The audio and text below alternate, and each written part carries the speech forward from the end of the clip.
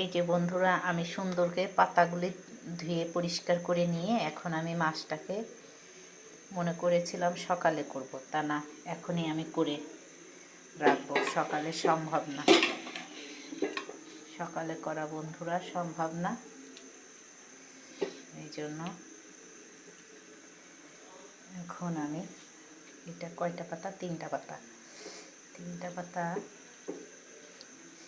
এই যে মশলা দিয়ে অয়েল দিয়ে আমি আগে মাছটাকে মাখায় রেখেছি সুন্দর করে।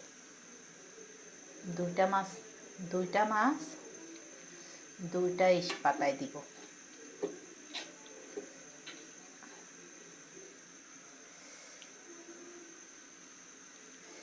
আমি এই প্রথম করতেছি বন্ধুরা, এই যে এই খাবারটা একদম আমি প্রথম করতেছি, জানি না কেমন হবে।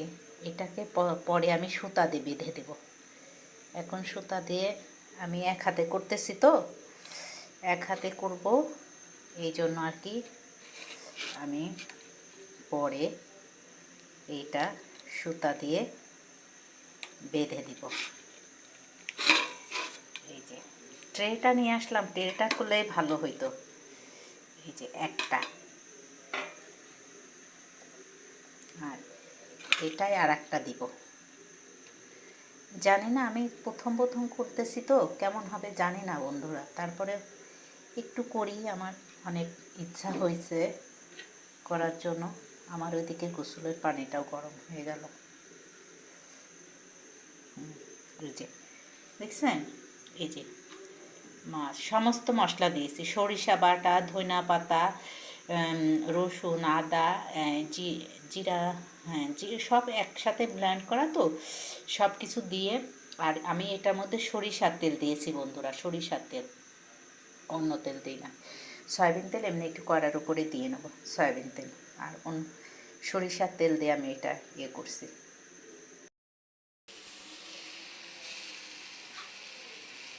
তো এই যে বন্ধুরা, আমি এই যে পাতাটা দুইটা তো পাশাপাশি করে দিয়ে দিব। একটু পরে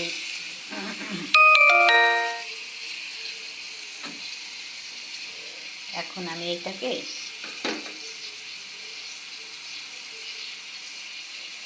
এটারে আমি এখন সুন্দর করে ঢেকে দিব। দেখি, এটাই আমার আমি ফার্স্ট করতেছি বন্ধুরা।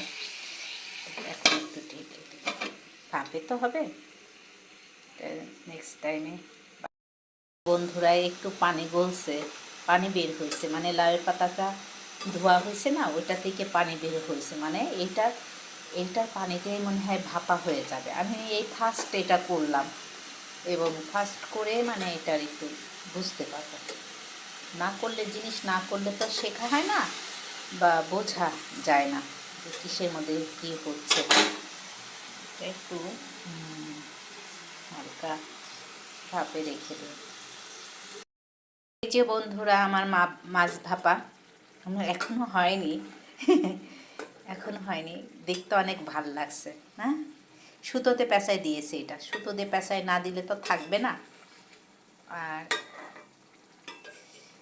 পানি তো বের হবে, কারণ শাকটা ধুইয়া তারপরে হচ্ছে যে সেই পানিটা বের হবে। এইভাবেই ঢাকা থাকবে, এইভাবেই হবে, বেশি নাড়াচাড়া করা যাবে না, তাহলে সব নষ্ট হয়ে যাবে। তো ঢাকা থাক বন্ধুরা, লাস্টে যখন হয়ে যাবে